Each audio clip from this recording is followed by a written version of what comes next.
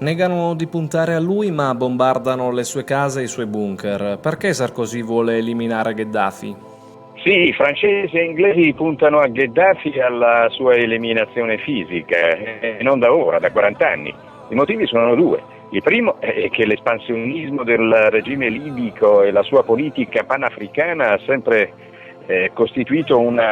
hanno sempre costituito una minaccia mortale per gli interessi coloniali anglo-francesi in un continente ricchissimo di materie prime come l'Africa. Parigi e Londra non sono mai riusciti a controllare Gheddafi come accadeva con dittatori cannibali del calibro di Bokassa e Amin Dada, da loro a lungo protetti in cambio di diamanti ed altro.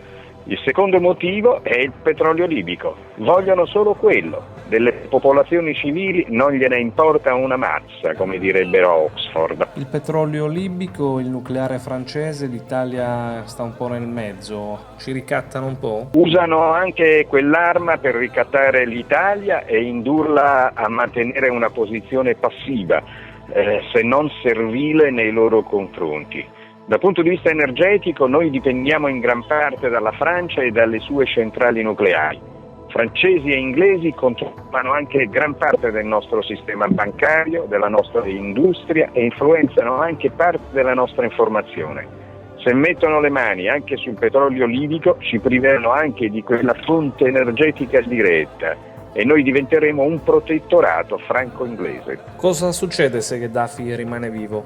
Se Gheddafi vive, certo sarebbe molto alto il rischio di una lunga guerra civile interna, ma non è detto. Potrebbero crearsi anche le condizioni per una soluzione politico-diplomatica che garantisca ai libici il diritto all'autodeterminazione. Questo però dipenderebbe dagli USA, dalla NATO e dalla capacità italiana di far valere le proprie ragioni all'interno dell'Alleanza Atlantica. Se invece lo fanno fuori?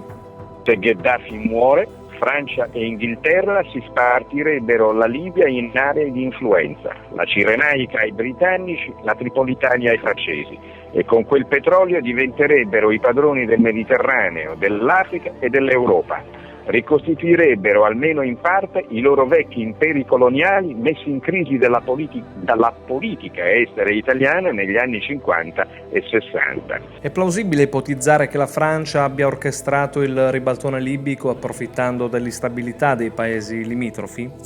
È più che plausibile. Questa è sempre stata una costante della politica anglo-francese nei confronti dell'Italia. Prima hanno usato il terrorismo per tenerci in uno stato di continua fibrillazione, poi la propaganda, la guerra psicologica e la guerra economica per indebolire le nostre strutture interne, radere al suolo il nostro ceto politico e distruggere la nostra immagine internazionale. Certo, noi li abbiamo favoriti fornendo loro materiale in abbondanza. Non siamo stati capaci, dopo la caduta del muro, di cambiare registro estirpando dalla nostra cultura e dal nostro sistema il cancro della corruzione. Ma la nostra crisi interna, prima politica, poi istituzionale e infine costituzionale, è iniziata con l'assassinio di Aldo Moro.